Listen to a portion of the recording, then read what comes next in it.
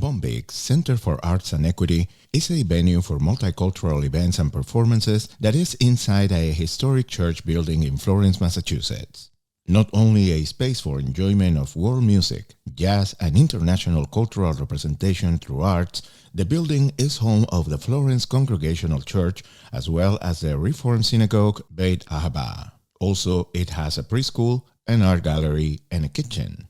For the past couple of years, Bombyx has been growing into a place of gathering and cultural expression that brings global proposals of music and performances, creating a steady calendar of events throughout the year.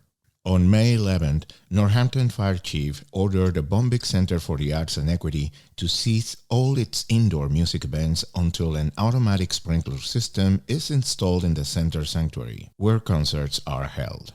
After that, an inspection conducted by the fire department determined that Bombyx has been deemed as a nightclub, making the situation more complicated for the nonprofit that is going through its second weekend of economic harm. We spoke with Cassandra Holden, co-director of Bombyx, to learn more about the situation. On Thursday, May 11th, Officer Curtin from the fire department arrived, performed a brief inspection, and left announcing that Bombyx was shut down.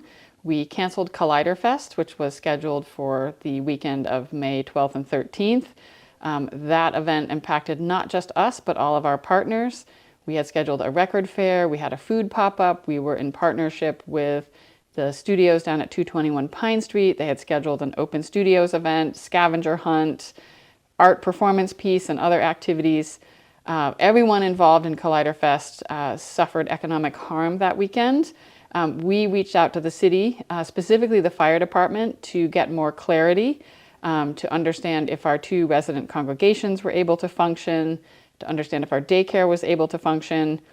We did receive, Pastor Marissa and Rabbi Ricky received the guidance that our congregations and daycare could function on Friday at the end of the day, and then we didn't receive written notification from the city until early the following week. We have since been in conversation with the city. We shuttered our doors for the concerts that we offered last weekend.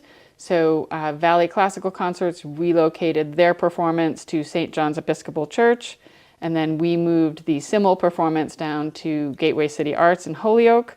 This weekend, we are hoping that we'll be able to reopen our doors. We plan to file an appeal later this week to the state automatic sprinkler board, which we believe will stay further action from the city and give us up to 45 days to appeal and come to an agreement about next steps. It's typical in that process that once you have gone through the appeal process, that you have 1 to 2 years to complete the work of installing sprinklers in a property. This is work that we have always intended to do. That timeline is perhaps a little sooner than we had planned it, but we will get that work done.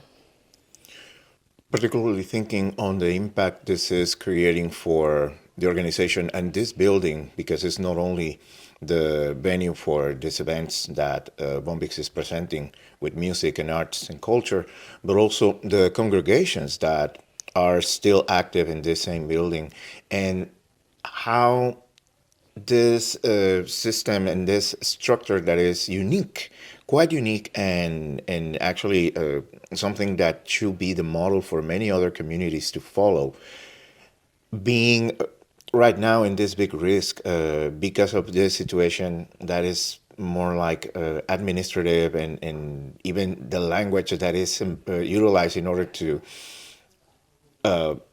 determine the operations of a center that is not what it does. How important is for people to understand what is happening in Bombyx in the whole view of everything that happens here? Yeah, I think this project is unusual in that we have, a diverse collection of partners.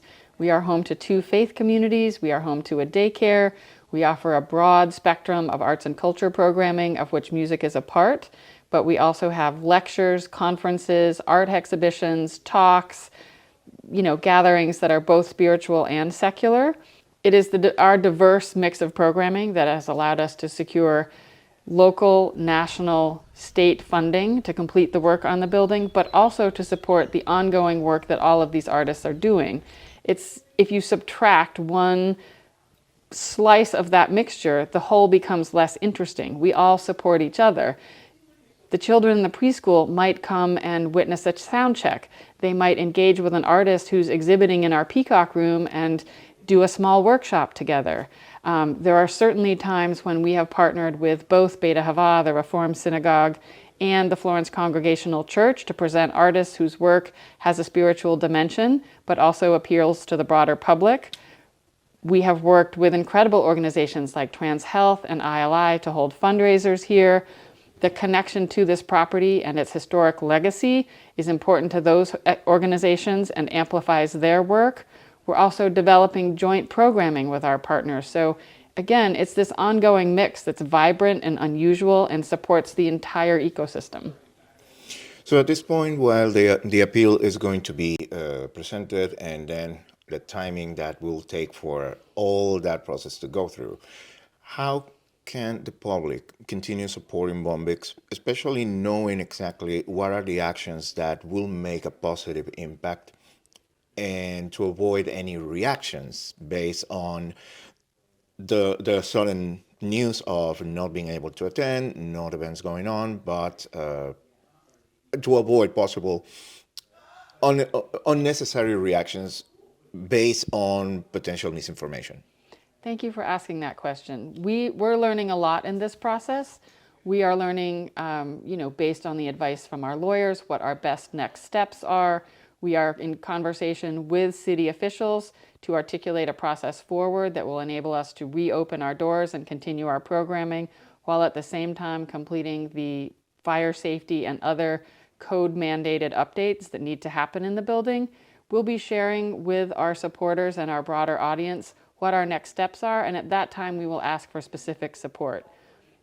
Until we do that, we ask folks to refrain from communicating with our neighbors, with the city, and with all those involved in this process in a negative way. We really want to focus positive energy and action in the way that will be most beneficial. We are not interested in demonizing anyone in this process, but creating an open and clear and positive pathway forward.